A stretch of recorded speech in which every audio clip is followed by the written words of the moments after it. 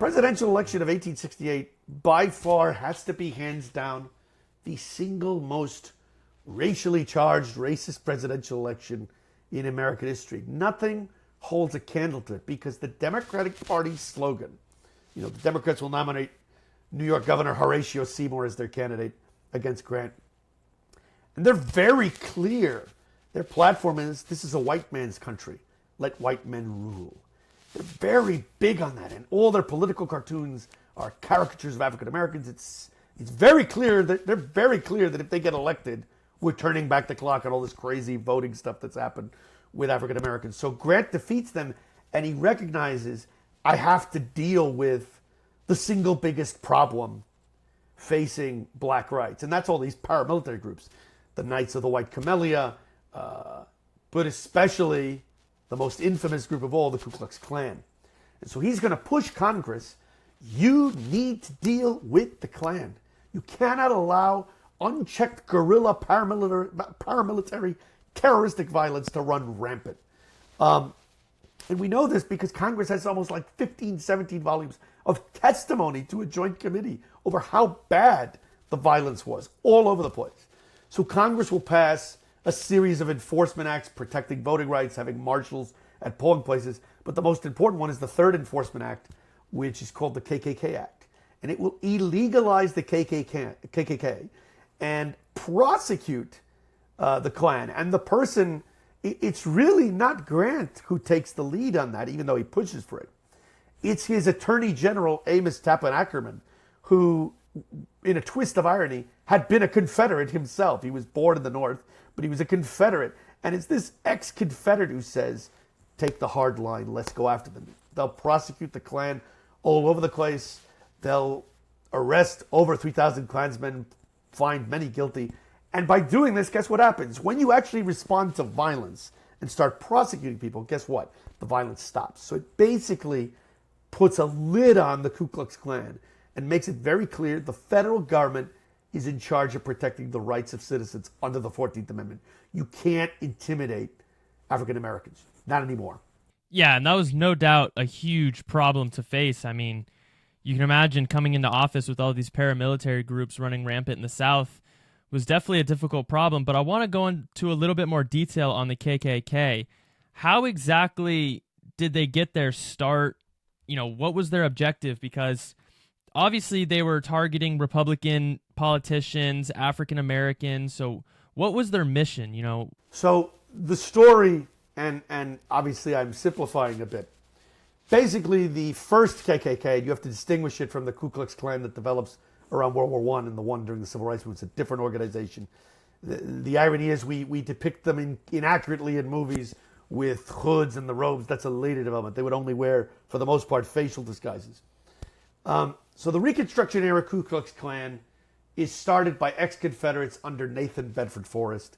Nathan Bedford Forrest, an ex-Confederate general, very well known for his animus toward black soldiers during the Civil War.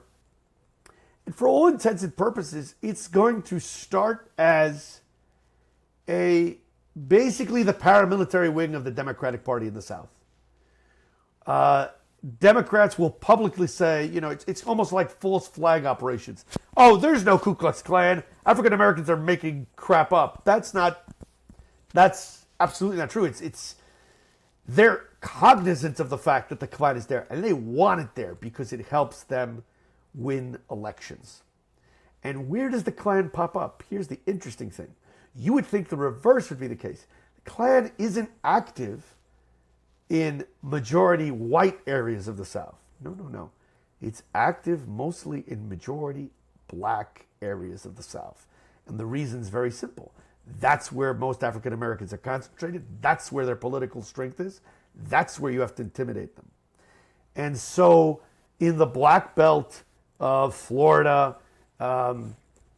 which is really, think of the area around Tallahassee and move forward to St. Augustine, kind of like North Center, the Klan is going to operate like it's nobody's business. And in many other areas, every state has a Black Belt where most of the slaves were, former slaves were congregated. And you'll see this in majority areas. Robert Smalls of South Carolina, for example, who becomes one of the first black congressmen and is himself a Civil War veteran. He is used to seeing violence, both from the Klan and later on in the later 1870s from the Red Shirts. Why? Because they're operating in areas where black people are going to be likely to vote. And they want to minimize that turnout. But the methods they use to do it almost know no limits. The Ku Klux Klan has absolutely no problem murdering African Americans, murdering white Republicans, murdering white Southerners who ally with Republicans. They have no problem tormenting African Americans by burning their homes, shooting into their homes, raping black women, whipping African American men and women, all to show control. They're kind of laying out the playbook of what happens when Reconstruction falters, which is the development of Jim Crow. Jim Crow is taking what the early Ku Klux Klan does and systematizing it. So they're very successful. I would love to say, no, African Americans persevere and they don't tolerate it. The reality is they're very scary. And African Americans will go to the polls armed with guns. They'll have political meetings where black women will stay outside the political meetings while the men are talking with rifles to look out for the Ku Klux Klan. I remember reading newspapers where one local Mississippi newspaper wrote a local Klan group was going to attack a black farmer, and the local whites in the area warned him, so he waited with 20 blacks, 20 African Americans, and it begins shooting at them, takes down 2 of them. But this is like a blip on the radar. Most African Americans don't do that because they know the Klan will come out in larger numbers to hit them. So that's kind of giving you a sense of, what is the Klan like? How does it operate? What does it do? Yeah, that's crazy. I mean, it's definitely one of the darker stains on American history. It's some of the ways that they practice their policies is truly devastating.